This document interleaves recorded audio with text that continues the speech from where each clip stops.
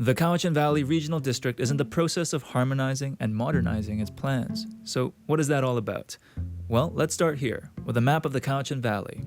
As you can see, we have a big region with many communities. You of course have the incorporated municipalities of Duncan, North Cowichan, Ladysmith, and Lake Cowichan, but in addition to those municipalities, you have communities such as Yubo, Cobble Hill, Cowichan Bay, Mill Bay, Honeymoon Bay, Saltaire, Shawnigan Lake, and North Oyster.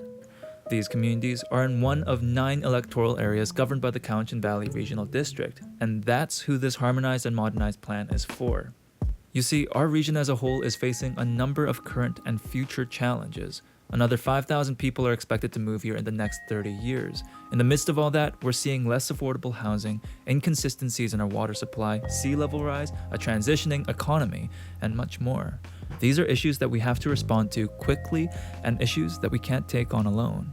So what are we doing about it? Well, we're starting with these. There are no less than 7 official community plans and 8 different zoning bylaws for Cowichan Valley's 9 electoral areas, and these documents guide key decisions on the future of these areas. Where do we build more housing?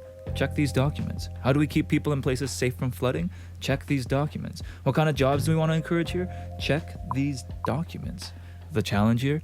There's just too much. Nearly 2,000 pages of planning documents for an area covering about 37,000 people.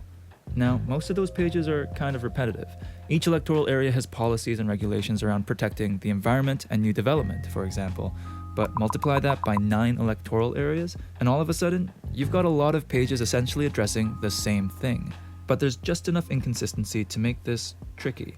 For example, if you wanted to build a secondary suite in your home, how big your suite is allowed to be can vary from 74 square meters in area I to 95 square meters in area F. It's like having to carry around 8 different dictionaries to speak the same language. Managing all these documents makes decision-making very inefficient, which, aside from being incredibly expensive, is slowing down our ability to adapt to change as a region now.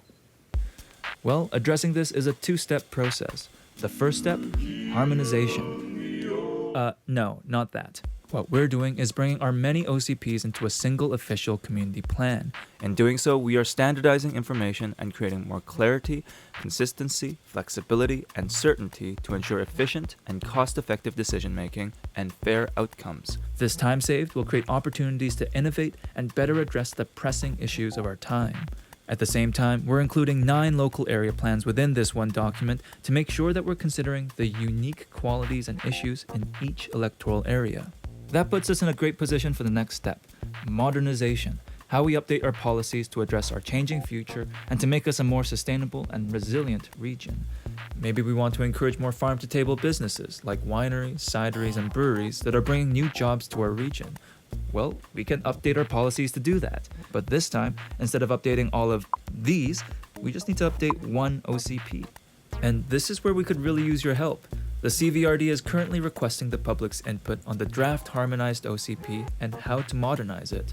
To learn more, check out our website, cvrd.bc.ca/regionalOCP. At the end of the day, the CVRD is a mosaic of diverse communities, each with qualities that make their own unique contribution to our region. And the idea behind harmonization and modernization is that our region is more resilient and sustainable to change when we work together.